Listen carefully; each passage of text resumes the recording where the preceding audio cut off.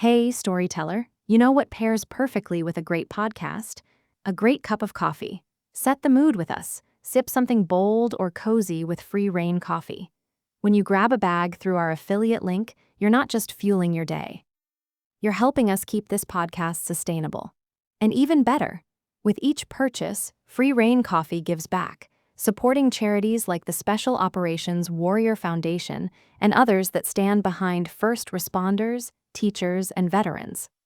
So go ahead and join us as a storyteller and a changemaker.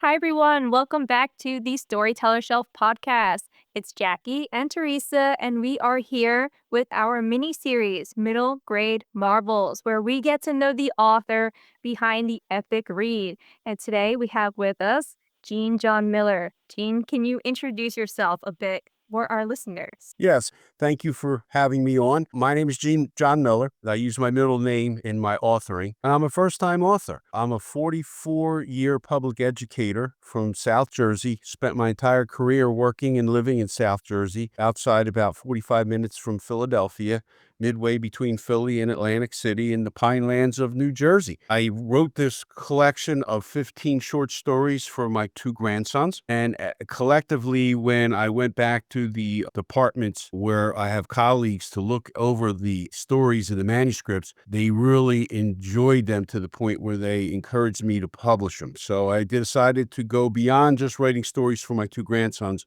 but take the next step to share those stories with the public. This is great, and we're so happy to have you on today. Thank you, Jean, for being here. We're going to kind of go and jump into the fun question. So if you were a superhero, what would your superhero name be and why? I think that we'll start off with my superherohood started coming out when I was 18 years old as a college freshman at Glassboro State College in South Jersey. 2 Sundays ago, I had a 50-year anniversary where I made the front page saving a child in a runaway car. And the article ran in both the Burlington County Times and in the Courier Post on a Sunday, and I woke up to text messages at 7 a.m. when people started seeing the paper that still get the paper. I knew we did the interview, and they submitted an online article a week before that. I thought it was done, but it landed on the front page of 2 local Sunday papers, and that was my superhero moment where I actually saved a life. Now, I have a special surprise for you to tell you exactly what superhero I will be. If you look onto it, because of my sudden burst of speed and energy, and because of the fact that I was brave enough and strong enough to save a boy in a runaway car at about 20 miles an hour, I think I am the Incredible Hulk. I am having a moment because I'm super proud of Jean with all this. I didn't know you were going to pull out the newspaper, and I am feeling that special sparkle inside because Jean's my neighbor, like literally. Yeah. Yeah, he's right nearby. I come to New Jersey, I need to go see both of you. Yeah, he's in my neck of the Oh, woods. sure. Yeah. You see that green glow at night over the woods, you'll know what's going on. Hulk here in the Pine Barrens, and he writes books. So let's go into the next question. Jean, what inspires you to write for middle grade readers, and how do you tap into this perspective for this particular age group when you're making these stories? I started my teaching career at a junior high school. It was grades 7, 8, and 9, and I was teaching 7th and 9th graders, and I was also coaching football, basketball, and baseball with those kids. I got very, very involved with that age group, and I loved it. Eventually, the school became overcrowded, and they moved the 9th grade to the high school to make it a traditional 4-year high school. So I got moved up, and then I ended up teaching at the high school level, English and history for 15 years. So I was in the classroom and a coach for 19 years. Then I got my master's degree from Rowan University in South Jersey. 97, I got hired by a community by the name of Hamilton, which basically claims itself as the blueberry capital of the world. There's so many farms with thousands and thousands of acres of blueberries. My wife is from Iceland, and she was in Iceland visiting her father, and they had blueberries from Hamilton in Iceland. So you have to know that it's pretty much a real deal. It's a claim that is true. As far as I know, internationally, they ship them overseas. I went there as a high school assistant principal for 2 years, and they sent me to the middle school after year 2 to become the principal of the middle school. I balked at that, said most of my experiences with probably ninth graders up to 12th graders, and I've been in the classroom with those students for with high school assistant principalship 21 years. So I'm used to really the high school level secondary kids. And the superintendent called me in his office and he says, Gene, I basically have an offer that you can't refuse.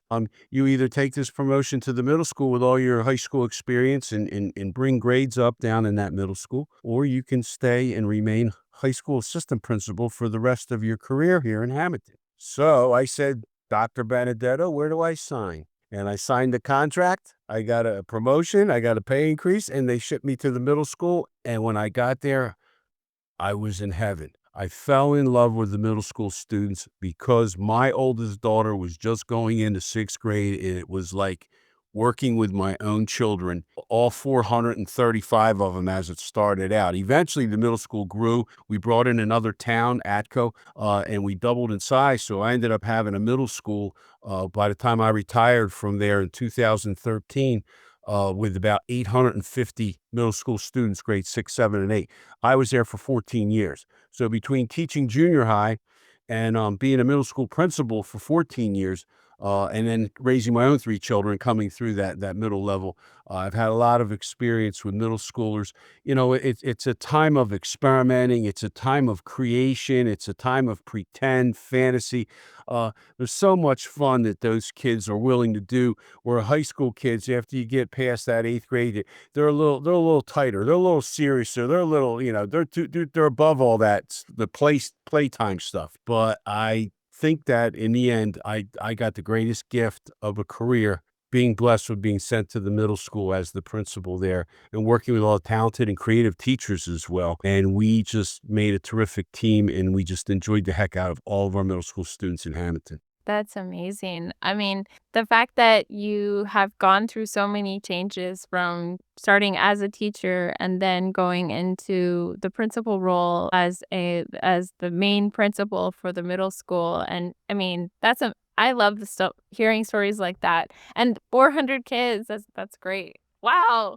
How do you keep Yeah, track? I only got that treatment for 2.5 years before they brought in the other town. And when we shifted to 850, I kind of held my breath. I only had one assistant principal. It was just me and him. Me and her, I actually started out with 2 women assistant principals. Each principal that worked underneath of me became a principal of a school. So the first assistant principal I had when I got promoted the first time, she was a half-time assistant principal, and she'd had to teach science. But at the end of that year, she got promoted to elementary principal because she did such a great job. And she's still there in her role as elementary principal after all these years later, from 1997. My second assistant principal was also a female, and she was a former supervisor of English and social studies, and she really knew her stuff, and she really helped out with the curriculum's work. And she was with me for 4 years. And then she became the middle school principal of a middle school of over 1,000 students in South Jersey. So I was very proud of her. My next assistant principal, I had him for 4 years also. It's almost like free agency in the NFL or something, where they stay 4 or 5 years and then they leave. But he cut his teeth at the middle school level as assistant principal, became middle school principal down in a town called Audubon at Stratford, and then eventually became the superintendent down there. And my last assistant principal before I retired, I had him for 5 years, and he took my role when I retired. And a year ago in January 2024, he became superintendent of ATCO schools. So all my assistant principals have been outstanding, and they've helped me in the building so much. And again, we collaborate well, and we build teams around our students, and we do not allow them not to succeed. I can't think of a better person to tap into the mindset of a middle grade reader than someone who's been a teacher and a principal. And we don't have the opportunity to speak to people who have been a principal in their life before. Um, it's an untapped area for us to chat about. But besides the hard work that you're doing in the school, like you said, you really get to interact with the kids and watch them. And sometimes watching can even be more insightful than talking with them one on one. I wonder, do you have any scenarios, anything that happened that kinda stuck out with you while you were writing that you perhaps had a flashback to?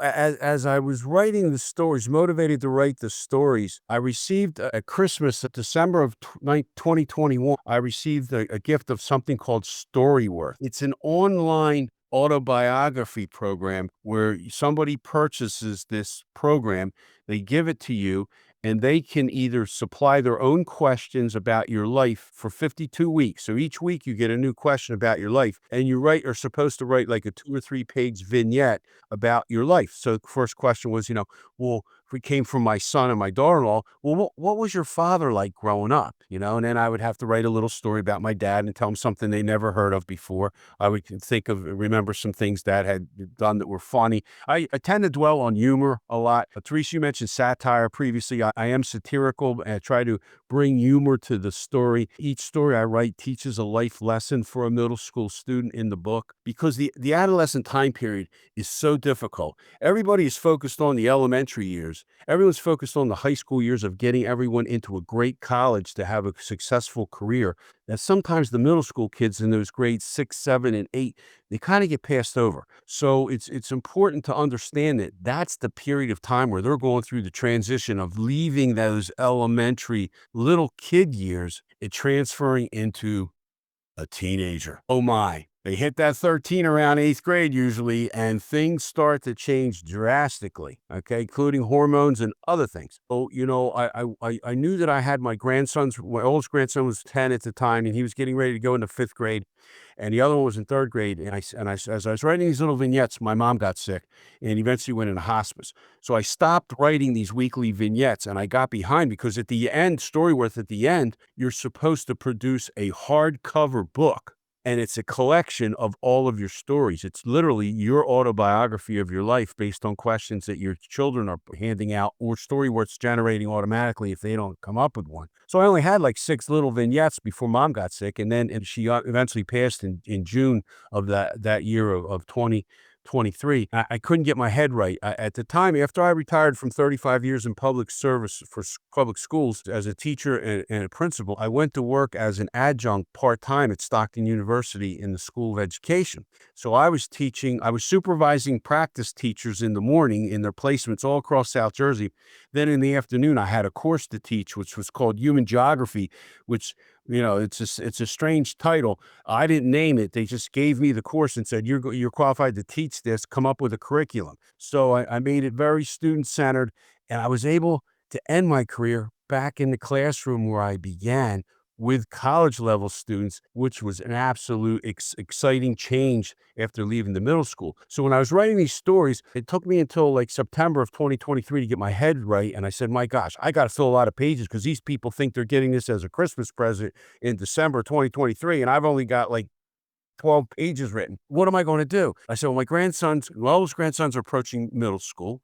So I'll write stories about middle school when I was in middle school, and let them see how middle school years have changed or not changed since the middle season to 1970. I graduated 8th grade in 1970. So the book really travels about 1965, nonfiction, 1970. As I started to think about the stories, one of the first stories that came to mind, my grandson that was 8, he was getting spacers in his mouth, preparing for braces. So I thought, oh my gosh, I forgot all about it. I was the first kid in my 2nd grade class to get braces.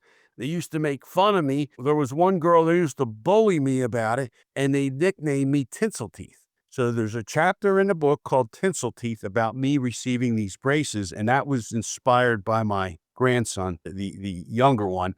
And then as I would type up a story over maybe a week's time period, 5 days, 6 days, I'm a very slow typer. cleaning it up. I would go to bed that night, and I would suddenly, from that story, would trigger another memory of being a middle school kid.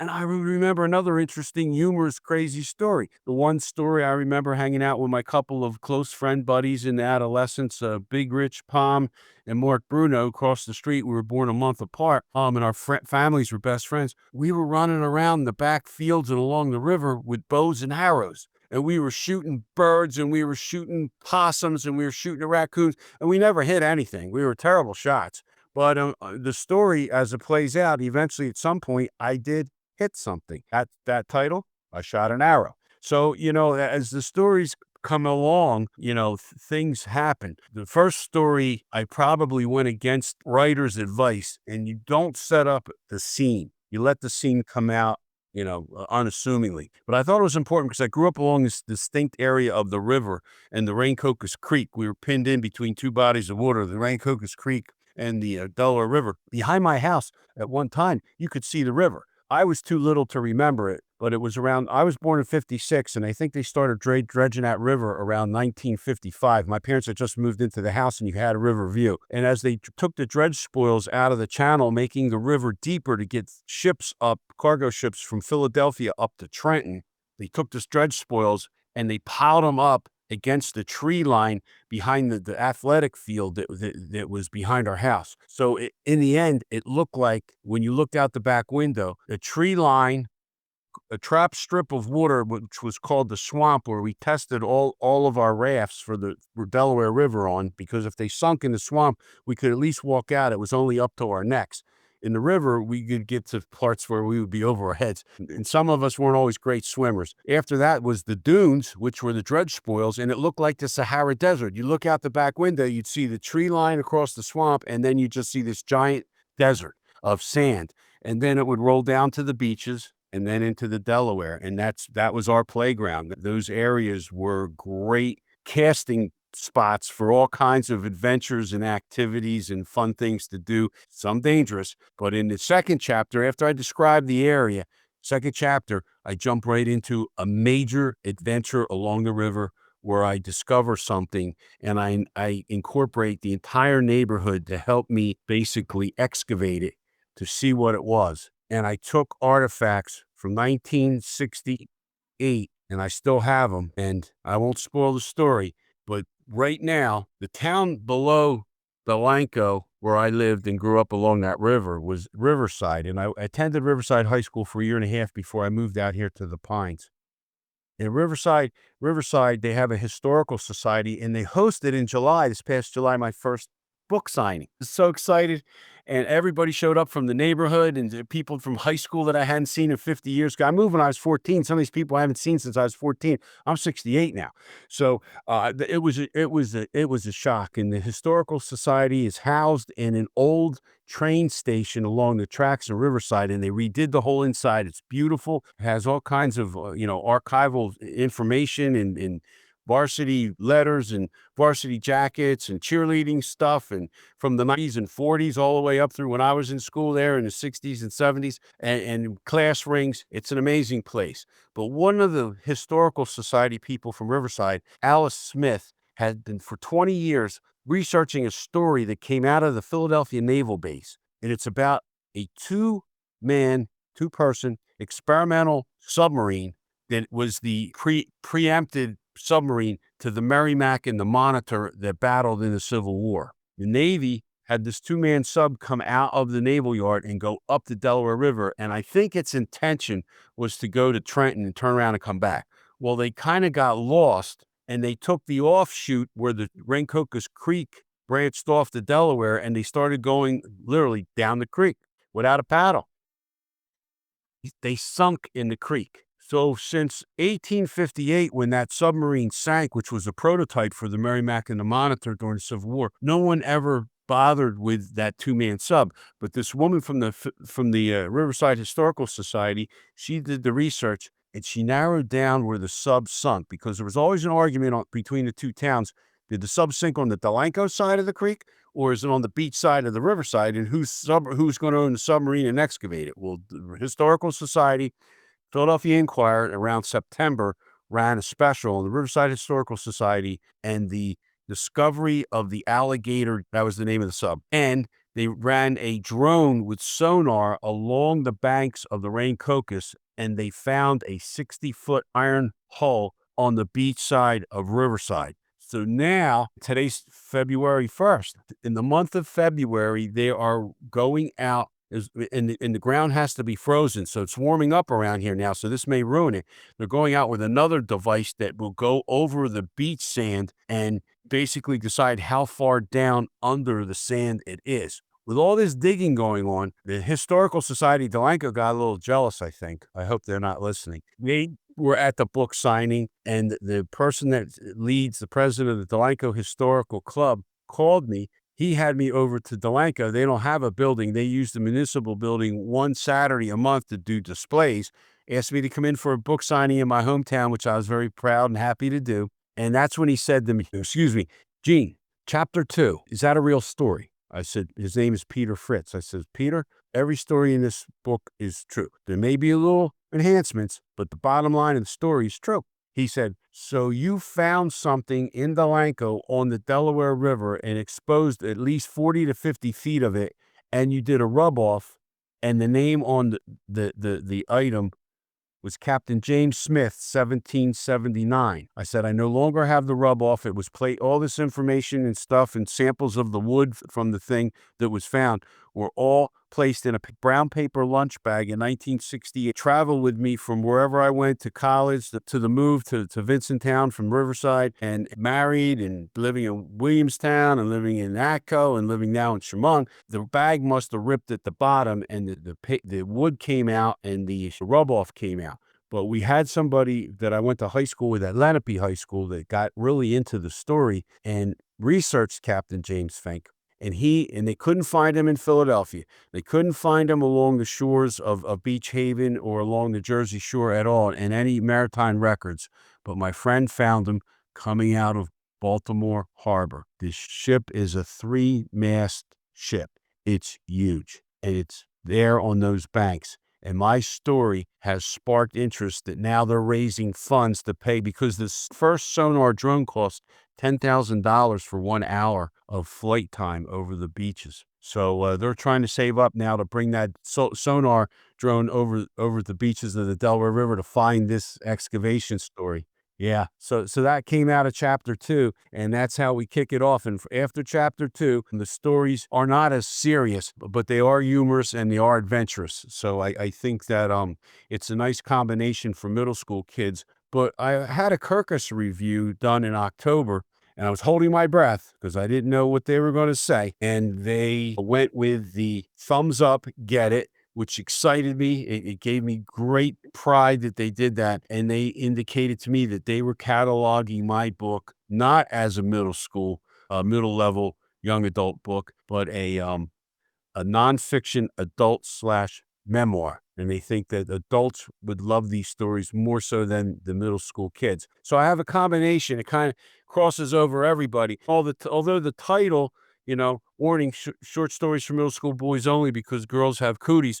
It was done for a shock value. There are female protagonists in the stories, at least in 4 of them. But I think that as my former middle school teachers have read the book and shared it with people, they tend to think it's a much stronger read for middle school boys, definitely, and adults do like it. Some of the girls have responded positively, but I haven't received a lot of reviews from middle school girls, so I don't think it's turning them on in that regard, but some of them are interested, and there are protagonist females in the book. I like that you say that Kirkus is notoriously hard. They're tough judges, right? Rightfully so. So it's wonderful to hear that you had a positive review from them. Let me just say, there's a huge movement right now to get more books featuring male protagonists for middle grade boys. There's just not a lot of modern books that feature them in positive lights. So that's why we're so excited to have you on here and to push your grade for the boy audience. We know girls will love it too if they read it and they give it a go,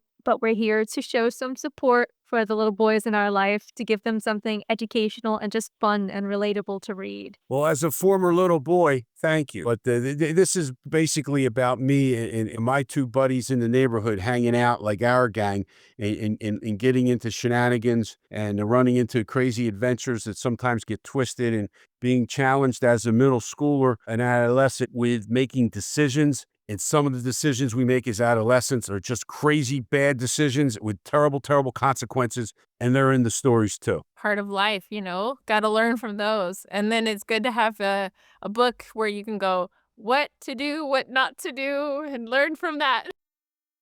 I was trying to guide my grandsons away from some of these things that I was doing. So hopefully they finish the book. They haven't finished all 15 stories yet, but they're close. I think they're 2/3 of the way through. My daughter informed me. I said, I wrote it for them. They got to finish it first before anybody else. There you go. And then you can get feedback from them and go, okay, and then for the next book, the sequel, right? Man, I don't know if I can do that. It took a long time to get this one done. Well, I'm fascinated by when you're talking about the submarine, the ship, the Captain Fink, all of that. I'm like, oh my goodness, I'm a historical nerd. And with that being said, is there a particular moment in your book that really sticks out to you besides that? Well, there's only one story out of the 15 that was written that is not about living along or venturing along the river, because some of the stories also talk about going to middle school and things occurring in middle school with bullying and stuff like that. But one story is written. It's called Akanikin, The Tribe Has Spoken. And that's actually from the Pinelands where Jackie and I live out here. She lives in Medford, where Akanikin is located, and I live beyond that in the big woods out here in Chemung Township. That story was written because my father, he graduated the United States Army from Fort Monmouth, June of 1950, and within 6 days, North Korea had attacked South Korea. He got placed on a train and trained from Philadelphia out to San Francisco, then took a ship over to South Korea and landed in Pyongyang. And he fought for General MacArthur in the first year of the war. He had 6 battle stars. And China had gotten afraid the United States was going to invade them because we got pushed, the North Korean troops, so far up north to their border. The Yalu River, which is the Yellow River, is the border there, up there, that they came across the frozen river with about between 50 and 75,000 Chinese troops, and they broke the American ranks, and they ended up retreating all the way back to South Korea, where the dividing line is today. But the president or General MacArthur said the Chinese, and they responded with that. So with my dad being in our first year of war, it was up in that North Korean territory in the winter of 1950 and 1951. It was minus 38 degrees there. I've looked this up. As a former history teacher, I used to teach this in the classroom. I've looked this up, and the bottom line was my father slept in a tent. They shared tents. Each man carried a half of a tent. It almost goes back to Civil War practice. Same thing. The tents would snap together. He was a tent mate of a guy from Chicago named Willie. And him and Willie he grew up on a farm, so he would go out and at night and he would find these farms with these chickens, and they would have fresh eggs every morning for breakfast because of Willie. And the guys loved Willie from Chicago. And a couple of times during dinner when the rations were short, he would grab a chicken and wring its neck, and they would have fresh chicken to eat too. So they probably weren't supposed to be doing that, but it's survival skills in war, And Dad would never take me camping. There's a story about me being a Cub Scout, trying to get to be a Boy Scout so I could go camping, because my father was not going to sleep on the ground again after a year of sleeping on the ground during the war in the cold. So with the Akanikin story, it rings home because, I loved my summers on the river with the guys, floating rafts and fishing and swimming in the water and everything that we did, hunting, tracking down toads and all the animals that are running through the swamp area there. Sometimes garter snakes, corn snakes. My mom surprised me. She goes, "I got good news for you." She says, "You're going to Akanikin." And I said, "Well, what's that?" She goes, "What is that?" She says, "That's an all boys camp for the summer." I said, "I'm going for the whole summer?" She says, "No, you're going to stay there overnight for 2 weeks in a cabin." I go, "Wait a minute. You're sending me away from all my friends for 2 weeks to sleep in a cabin in the middle of the woods named Akanikin?" Oh my. So anyway, the story Akanikin, The Tribe Has Spoken, stands out because it's the one story that comes off the river, and it shows a whole survivor mode of a middle school kid in the woods. And again, making some bad decisions in the beginning, but learning quickly, to buck up and do your best and, to follow the rules. So I think that one, it comes back to me very strong. What's interesting is one of the campers I had in my Algonquin cabin camping in 1966, I was 10 years old. His name was Chip Candy, and he was from Cinnaminson. Well, it turns out Chip Candy becomes a physical education and health teacher for Medford school system for 40 years. So I would run into him in Medford in different locations. And at first time I ran into him after the Occonecan thing we're about, I guess I was 10 then, so I was about 19 years old. We were in a gym class together at Glassboro State College, and I walked up and I said, "Are you Chip?" And he goes, "Yeah." "Are you Gene?" I said, "Yeah." And so from that point on, like, the friendship lasted all the way, even though we never saw each other in between time. And to this day, when we run into each other, we always have kind words for each other. That's so awesome. I have to say, I think my nephew went to Occonecan last year for just a couple days. He was 8, so we Well, had to give him the starter pack, you know? all like my grandsons are in middle school, and when in Chemung Township, when you get to be in 6th grade, they take you for an overnight stay at Occonecan. I think Tabernacle, I think Medford Lakes, I think Harrington and Mount Laurel, I think the Macy, they all do that. This would be a great like supplemental read, especially if you downloaded it like ebook or Kindle style for like $9, whatever it is for the Kindle, just to have that story where you could either use it to raise their interest to go into it, or don't scare them to death, but give it to them afterward and compare my experiences in 1966 to theirs in 2025. But it could be a very interesting read for the kids in this area, where the other kids in the Delanco, Riverside, Beverly area, they wouldn't understand the woods how we were back then. I think truly, it's a summer enrichment read. And with the chapter lessons that are in the back of the book, each chapter is modeled to introduce new vocabulary to the students, breaks down the root word, where the word came from, the root suffixes. Then there's critical thinking questions, then there's writing prompts, and then there's cross-curricular research ideas.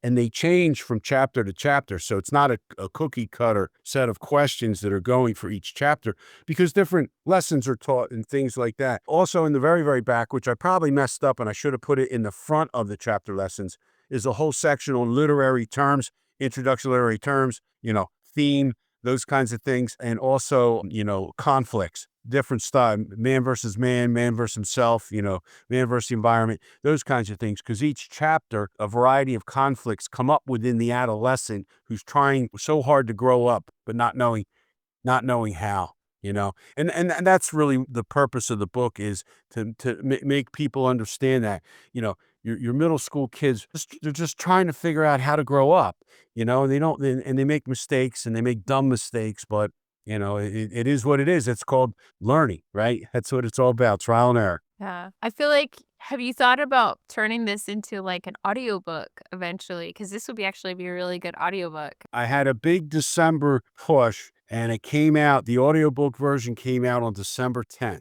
So it is an audiobook, and I have 2 daughters and a son in the middle, and my 2 daughters purchased the audiobook, and my wife has it too. And they said, "Dad," she says, "the reader who did this is amazing. And it's a nice change up to hear these stories, but not from you, with your voice." Now, my former students who bought the books, they're all telling me they wish that I had done the audio book for them. But because I've got a lot of involvement from my Hamilton students and my Overbrook students over in Lindenwood and Pine Hill, where I taught for 19 years. They're all, some of those students now are 60 years old. So, I started young with them, and they're that old, and they have supported the book tremendously. But their audio book part, Teresa, is getting out there, and they're enjoying it. So that's a great point you make. That's good. Sequel. You can do it in your own voice in the sequel, right? Maybe, We want let's say maybe. If I can get enough book sales to cover costs to do this, I will go into sequel. We will help you because we're here for it. Let me turn the battleship around for a second. We're going to start thinking critically, thinking about just kids in general as students and readers. What is one trend or one challenge or maybe one opportunity that you see in this world of middle grade literature today? What should authors be tagging onto? What is there a need for? I haven't been consuming a lot of middle level books that are currently new out there. And that's because I've been working so hard on getting my book published and then, marketing it, that my downtime is just brain has to rest. But I see that when I was in Barnes and Nobles the other day, I was walking through the young adult and middle level literature section. And I'll tell you, you have very, very highly creative, talented authors writing fiction for them. And I think that there's a lot of variety and choices for the readers to be introduced to out there, to those fiction books. I kind of, because I'm a former history major, like I lean toward like nonfiction. That's just kind of my style. So I don't have the talent or the creativity to create those worlds and create those stories like that. I deal with more reality, but I think that to have a variety of books is a wonderful thing. And I think that the parents have to maintain a structured reading time every night for the child. And you don't have to beat them up. It only has to maybe be like 15 or 20 minutes. But talk about the new words that you're learning, and do that up front. Whatever chapter they're reading or whatever segment of the reading that they're doing, the parents can be involved, just like a teacher would in a language arts class, to introduce the new vocabulary terms up front so the kids know what the words mean when they come across it and they don't struggle. The problem we have today with a lot of kids is they're not reading. There's too much visual. And that's the technology that we live with, the computer, the cable, the Xbox, the Madden games, TikTok, your cell phones, you keep going. My book, we had none of that. We had to create our own play because we didn't have a phone to entertain us or an Xbox game or anything like that. We were outside playing the game physically. We were involved. And we were socializing at the same time and setting our own rules and structures for society and learning how to respect one another. Some lessons on respect came a lot harder than others. But I think that with the variety of books that are out there, parents need to engage their children at home with a read every evening, at least Monday through Thursday, Monday through Friday, for 15 minutes of reading time, which would maybe excite the student and get them involved in the stories and the fantasies that are presented. There's a lot of talent out there. I love that. Like for me, my kids, my daughter's not like as big as a reader, but I do read to her at night. So right now we're reading Land of Stories. We're into, I think, the 4th book of Land of Stories. And then my son loves to read Harry Potter. So he loves to read. I know my grandsons were into that the previous year where they were into the Diaries of a Wimpy Kid, and they love them. And some grandsons is very into sports. There were some sports chapter books that they were reading. So you really need to try to tap into the child's interest to maybe hook them into a book, and then you can follow through with a series like that or something, But what you're doing, Teresa, is great with your children, and I hope that, most parents will be able to share that idea that you're using with their children at home. Yeah. And I appreciate you sharing all these anecdotes and all the stories. They're life lessons. I love that your book is like life lessons, like 'cause- and it's all from your perspective of what it was like growing up, and especially growing up in the 60s. And you kind of see a contrast, but not so of a contrast. Because I mean, I heard this expression before where it's like people don't change. It's just our costumes change. So it's true, even though we go through different technology and change in that sense, etc. Yeah. But we as people don't change. But that actually brings me to another question, because I know like you and I are kind of, and I think all of us are on the same page where we like history. And sometimes I have that as a kid when you're mentioning play. I had that same thing where I was always out and about. I lived in Oregon, so we did a lot of that. And I had a brother, and he would all be out with his friends and stuff like that. But I was always pretending like I was going back in time. If you've ever had that kind of thought process, and if you could travel back in time, what's one piece of advice you'd give your younger self? Wow. Boy, Teresa, I learned a lot of, evidently, I learned a lot of lessons from these 15 stories that I wrote, but I didn't learn the lessons until after the bad stuff took place. So I have to learn through experiential learning. I have to experience the pain first to understand that you don't touch the oven with the burner on the stove. I touched the burner and learned that, man, that's hot. When my mother said it was hot, I was not. I was the other guy. I had to touch it to say I need a Band-Aid and some jelly, well, my Vaseline jelly on my fingers because I burnt the crap out of them. I don't know. I don't know if I was just like slow processing or testing the waters and the lines. And all children are different. Like I have a grandson, he's 3, and he is one of the calmest, nicest kids, and he'll come over to my house and he'll sit down with one toy and he'll just play on the floor and he'll play I call him Stealth. I nicknamed him Stealth. He's so quiet, you don't even know he's in the room.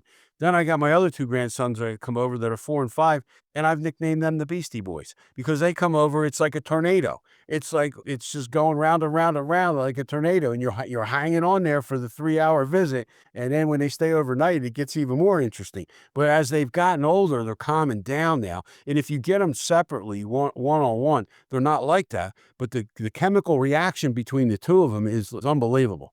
And so all the kids are different. You have to understand that as an educator, you have to understand that as a parent, and you need to sort of cater to where they were. Well, because my dad was in the military and he was in the Army and everything, he was very strict. And my mom followed right in that same suit. And I think that I was a little too loosey-goosey and not, walking that straight and narrow like they wanted me to. And it took me a while.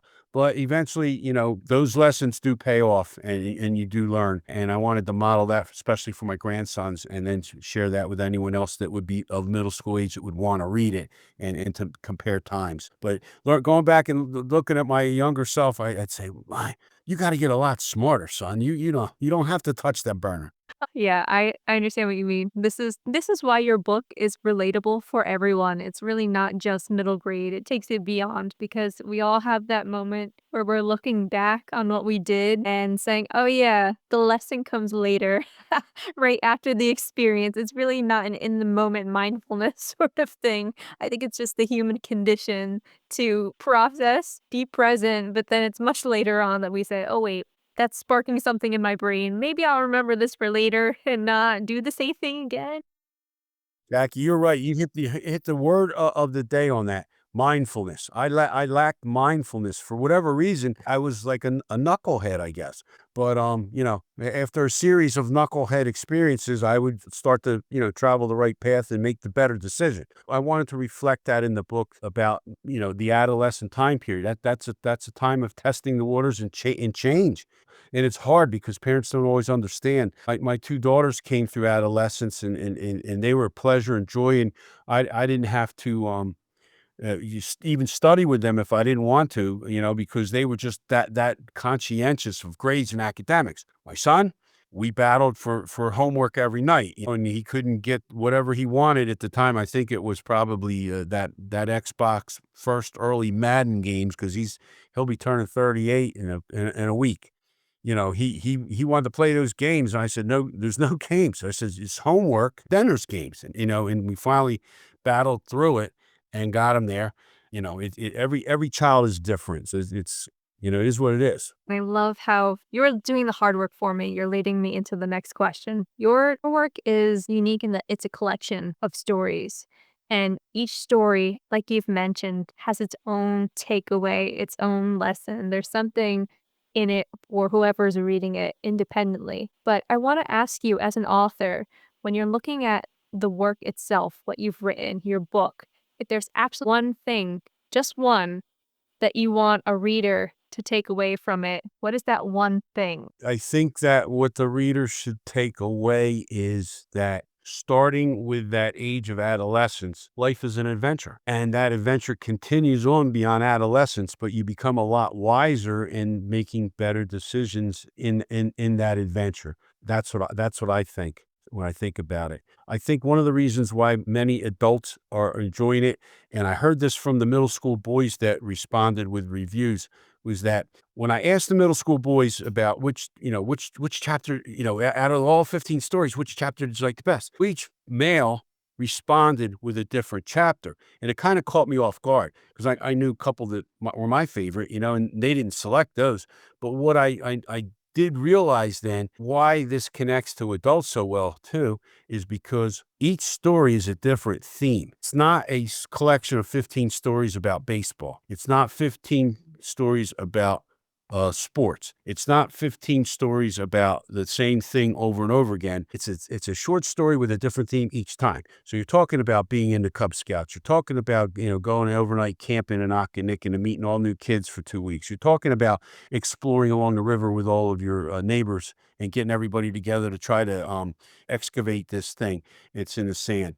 You get in trouble with other kids. I shot an arrow. That was another situation that I should have known better, but I didn't. But, each story kind of touches on one story that it's called the Band Emerson. I had my parents made me play trumpet in the middle school band, but I sat there on TV in black and white and I don't know, January, February 1964, and so Sunday night, and saw on the Ed Sullivan Show some group guys called the Beatles come out with long hair and singing, and I was like, I don't want to play the trumpet. I want to play a guitar. I want to play the drums. I don't want, And then that whole story takes place in me being in the middle school band and how that transpires into something else. So all these different themes that are all a part of me. And there is one baseball story in there, the Lucky Blue Rabbit's Foot, because I love baseball and football are my passion on the outside. But I think that the multiple theme thing gets you somewhere. I don't know if they're going to like all 15 stories, but that's the other thing, because they're standalone stories. You're not forced to keep going. You could pick up one at the end and read it if that title struck you that way. You could read it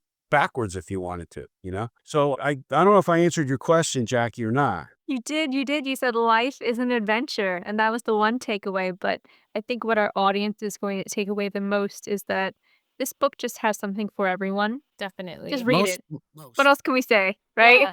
Yes, everyone's Yeah. read it, not just for middle schoolers, but it's like for adults as well, because this is something that everyone, I think, one time or other goes through a lot of these kind of, life lessons. And probably some of us are still going through some of those life lessons. So, yeah, and I think we are just so appreciative of you coming on and talking about not just your book, but you have a lot of amazing stories and like good advice, like wisdom, sharing, all of that.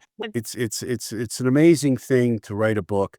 I have to give a shout out to some of my editors. In the beginning, I didn't know what I was doing because I didn't know if the stories were good enough to actually be published in a book. I contacted this book coach out in California. I'd been following her on LinkedIn, her name is Greta Myers, and I contacted her through LinkedIn, and I said, can you just take a look at something that I wrote to see if this is something or not? And she said, well, do you have them? Is it all written or are you just going one at a time? I said, no, everything's written. Now I'm going back and I'm cleaning it up. I'm editing, I'm self-editing. And I don't know if this is worth doing for anybody other than my grandsons. She said, well, send me a story that you wrote in the beginning, story you wrote in the middle, and a story you wrote in the end, and I'll get back to you. I said, okay. So that was probably June of 2023. I sent her the three stories, and she sent back an email, and she said, "Wow, Gene," she says, these get cleaned up. You've got to add some dialogue in here because you're telling the story instead of showing the story. Let the story run itself by the characters." So she forced me to go back in and create dialogue for the storytelling part of it. And she made me a much better writer. When she got done editing the first two, and these were not in chronological order as she asked, I gave her three of my favorite ones, and she only got through two of them. She said to me, "Gene, I can't," because she was, charging me a good dime to do the editing. Nobody works for free. I didn't think I could afford her for all 15 chapters, but I wanted to keep her because she was so inspiring as for a writer, first time writer to write. And she did a great job on those first two, but she had a deadline for another writing assignment. And she had to leave me, and she flipped me over to a friend of hers that she recommended. And I said, I've got everything edited is where I like it. But I said, I'm having some trouble with chapter one. Of all the stories that I didn't get Greta to look at, I didn't give her chapter one. So I said to Nicole, I said, her name was Nicole Jock. She is out of Oregon. And she said, I'll just send it over to me and I'll look at it. Well, she rearranged a couple pieces and she didn't add anything in it. It was like, it wasn't a developmental edit as much as it was a switcheroo kind of thing. And it just read right. It was like figuring out a puzzle where you got that one puzzle piece that won't fit in there and you realize you have the wrong puzzle piece next to it and you got to switch them. And it flowed. And I was so thankful to her. And then I signed on with Palmetto with a publishing package that including editing, which was almost cost free at that point. So those editors went through it.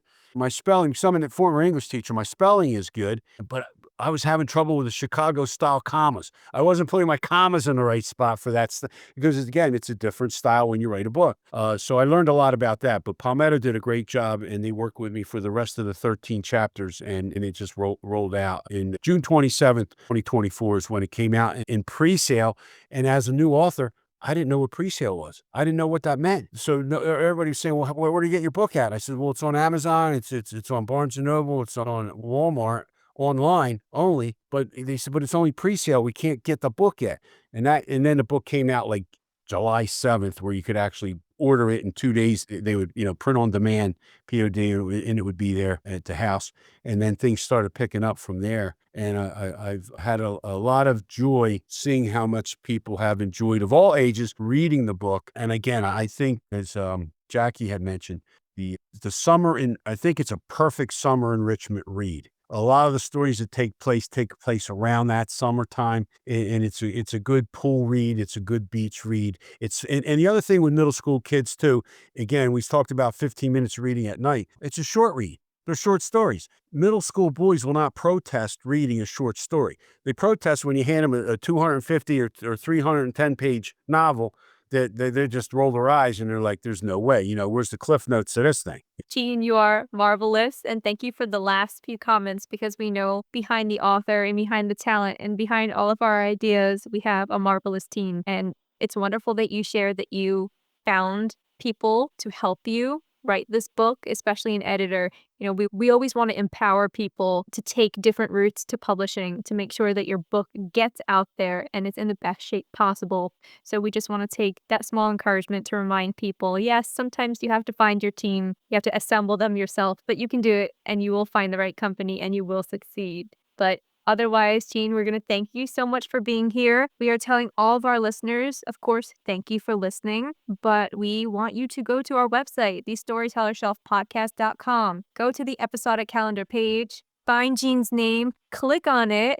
It's going to take you to his landing page where you can learn all about him, where to find him online, and where to buy his book. Please run and do that. Give him some support. And if you have some time, give us a like and a subscribe and share that somewhere that you think it's going to make a difference. I thank you both very much, Jackie and Teresa, for having me on and promoting my book. And it's been an honor and a pleasure to be a part of your team today.